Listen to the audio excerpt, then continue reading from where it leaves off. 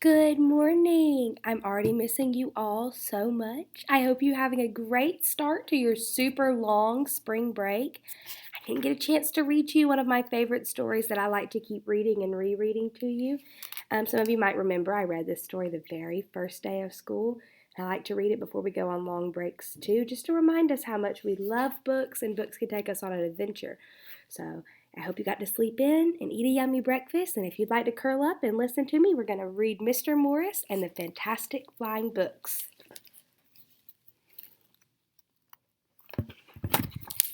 The Fantastic Flying Books of Mr. Morris Lessmore.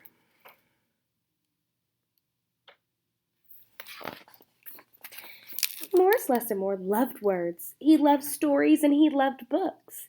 His life was a book of his own writing, one orderly page after another.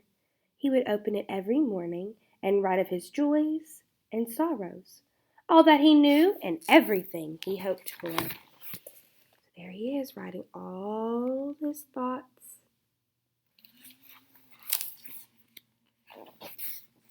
But every story has its upsets. One day, the sky darkened, and the winds blew and blew.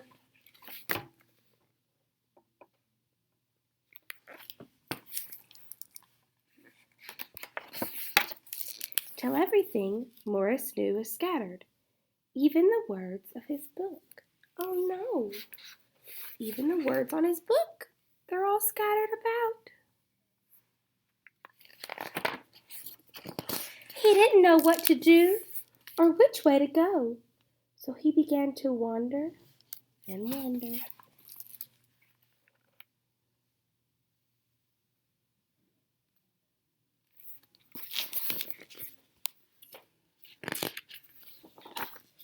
Then a happy bit of happenstance came his way. Rather than looking down, as had become his habit, Morris Lessmore looked up. Drifting through the sky above him, Morris saw a lovely lady. She was being pulled along by a festive squadron of flying books. Have you ever seen a book that could fly? That's so silly. Morris wondered if his book could fly, but it couldn't. It would only fall to the ground with a depressing thud. The flying lady knew Morris simply needed a good story, so she sent him her favorite. The book was a lovable fellow and urged Morris to follow him. Does anyone know what this book is? Can you give your best guess?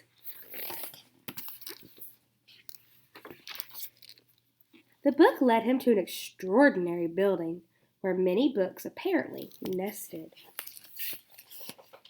Can you think of a place that has nothing but books in it? Shelves and shelves of books? Morris slowly walked inside and discovered the most mysterious and inviting room he had ever seen. It was filled with the fluttering of countless pages, and Morris could hear the faint chatter of 1,000 different stories, as if each book was whispering an invitation to an adventure.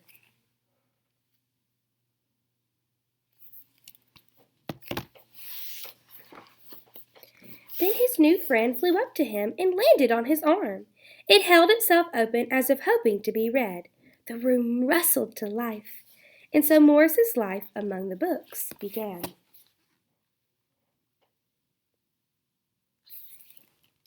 I would love to live in a library. Miss Whitfield loves to read. Morris tried to keep the books in some sort of order, but they always seemed to mix themselves up. The tragedies needed cheering up and would visit with the comedies. The encyclopedias, wary of facts, would relax with the comic books and the fictions, and it was all an agreeable jumble. Morris found great satisfaction in caring for the books. He gently fixed those with fragile bindings and unfolded the dog-eared pages of others. Look right here. He's dressed up like a doctor. He must be a book doctor. Sometimes Morris would become lost in a book and scarcely emerge for days. Ooh, I love getting lost in a good book.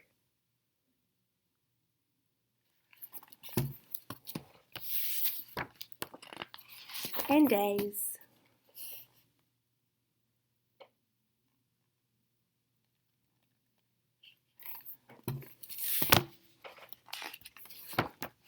Morris liked to share the books with others. Sometimes it was a favorite that everybody loved. Other times he found a lonely little volume whose tale was seldom told. Everyone's story matters, said Morris, and all the books agreed.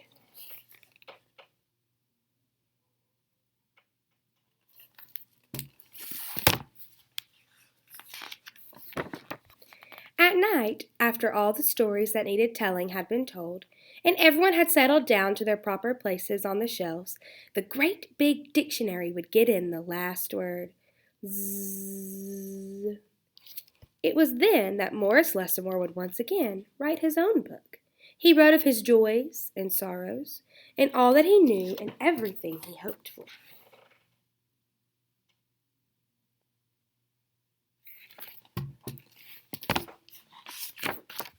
The days passed, so did the months.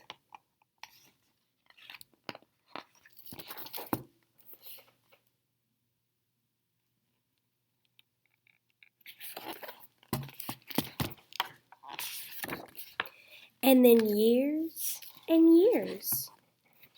What happened to Morris? Now he's an old man. Spent his life among the books. And Morris Lessmore became stooped and crinkly. But the books never changed. Their stories stayed the same. Now his old friends took care of him the way he had once cared for them, and they read themselves to him every night. The books are taking care of Mr. Lessmore.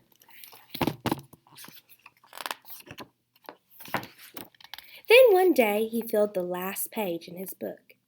He looked up and said with a bittersweet sigh, "I guess it's time for me to move on."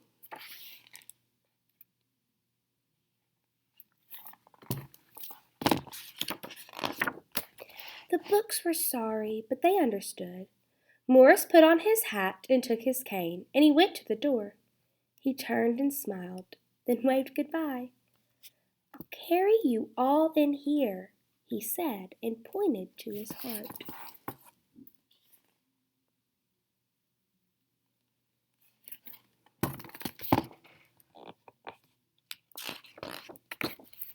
The books waved their pages, and Morris Lessmore flew away. And as he flew away, he changed back to the way he had been long ago when they first met.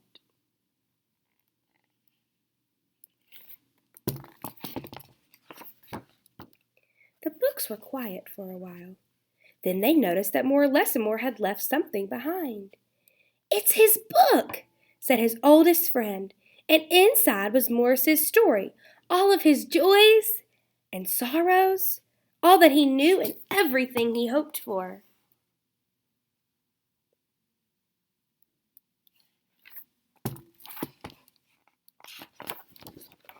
The books heard a small, expectant sound. There in the doorway was a little girl. She looked around with wonder. Then something fantastic happened. Morris Lessmore's book flew up to her and opened its pages. The girl began to read. And so our story ends as it begins.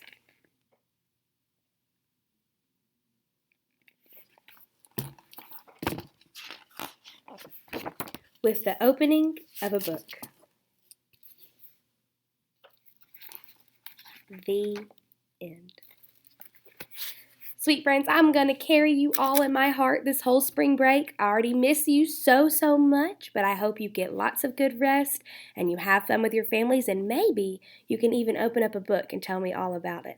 I hope to make more videos of me reading to you because I already miss you so much. Have a great day, and I'll talk to you later.